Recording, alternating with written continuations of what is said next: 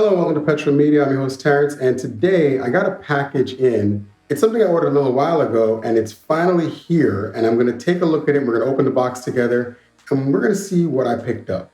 If you haven't looked at the thumbnail by now, you probably figured out what I already picked up, but let's open the box together. So I've already cut the box open, and it reveals that I have an MK Mini 4.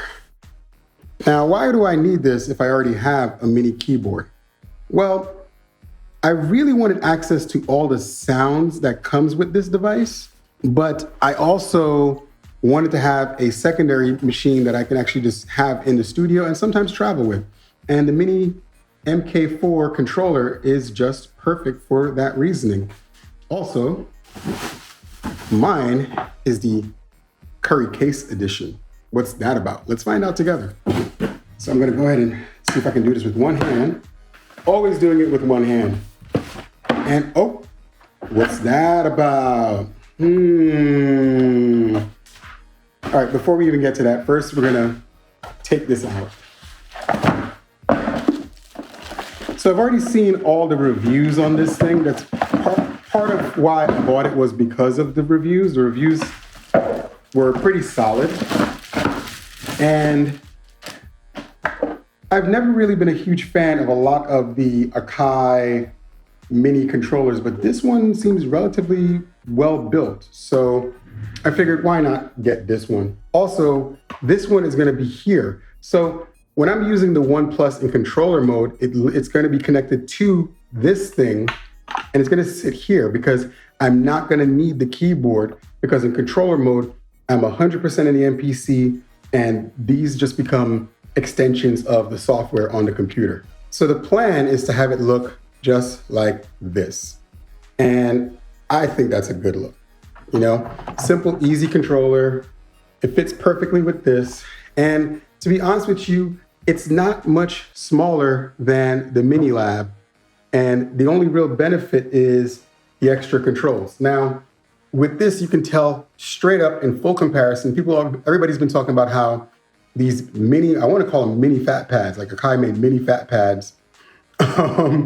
They're clearly smaller than the One Plus pads, but these can be used in a couple of different ways. So then why have this and have that?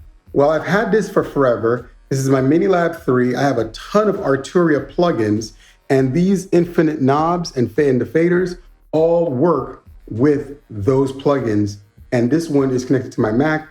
And for the longest, I was going back and forth between the PC. This will live in the studio permanently, basically as an extension of all the Arturia plugins, giving me full control of all the Arturia plugins. This is kind of like me having an Alesis Micron with extra knobs to control all of those instruments.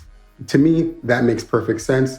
And the only thing is, I don't know if I want to put it on the double stand for the rack, because I have a double stand for keyboards, a rack that sits up here, but I don't think I really want to do that. I haven't decided if I truly want to do that. I'm still on the fence. So for now, it can stay where it is. And in all honesty, once it's set up properly and sitting at the edge, it's really not that far. I mean, I can literally work on something. Let me move this out of the way. I can literally work on something here and then just reach up here and play and turn and adjust things.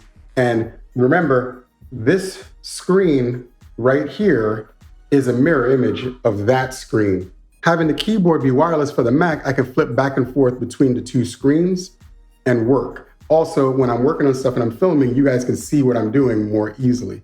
I might have to consider upgrading the screen. I wonder if anybody makes a large screen that you guys recommend that I consider, because I'm considering making this a bigger screen and sitting it up, or even considering, if it's big enough, mounting it on the wall.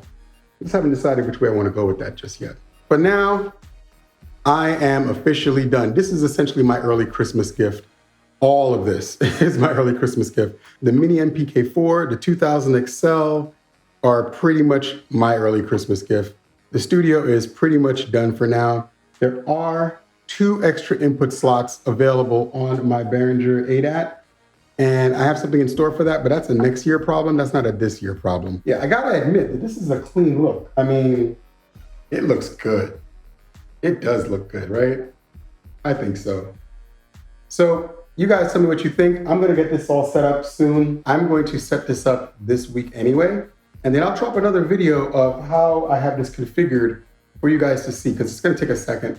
And once it's fully done, I'll definitely show you guys, and you let me know what you think, if you like it, if you don't like it. And you know, I'm considering a lot of different things with it, because I can set up the dog control to control here, but it's so close to each other. It's like, I don't know if it even matters. Initially, I thought about that, but the bigger thing for me is just making sure I configure it so it can function with it, period. And I'm gonna definitely do that. So maybe I will set up the dog control anyway. If you like what I've been talking about, like, share, and subscribe, and join me next time, and I will catch you guys later. And I also forgot, there was one other thing that did come in the box that I forgot to reveal, didn't I? Let's take a look at that. So in the box came this cover from Curry Case, and he's a really good dude. He's a good friend of mine. He's such a positive influence on a lot of things that I do. Sometimes he gets me into some stuff, but it's never in a negative way. It's always a good way. He wrote me a little note on this thing. It says, T, let's go, Wes. He is such a cool dude. I really appreciate him. And I have to say, I really appreciate all of the companies that I have started working with. As you guys know, I like working with small companies. The main reason I like working with small companies is because they deserve a chance to actually succeed and thrive, and they do great work. I mean, look at this thing. This is great. This is the first version of the cover for the MPK4 Mini, and I like it. And we all know with him, he has the hole openings for the knob so that things can fit through. And this is version 1 of the cover. I believe he's going to be making a slight variation for the cover, but other than that, this looks good. This looks really good. I'm really impressed with Wes's work. He does a great job, and it's got the engraving and everything. He showed me the machine that does this, and I'm really impressed because I don't know how to do any of that stuff. So it's really good to always have somebody or know somebody who knows what they're doing so you don't screw up. Very important. Be sure to check out his website. Soon he should have these up and available.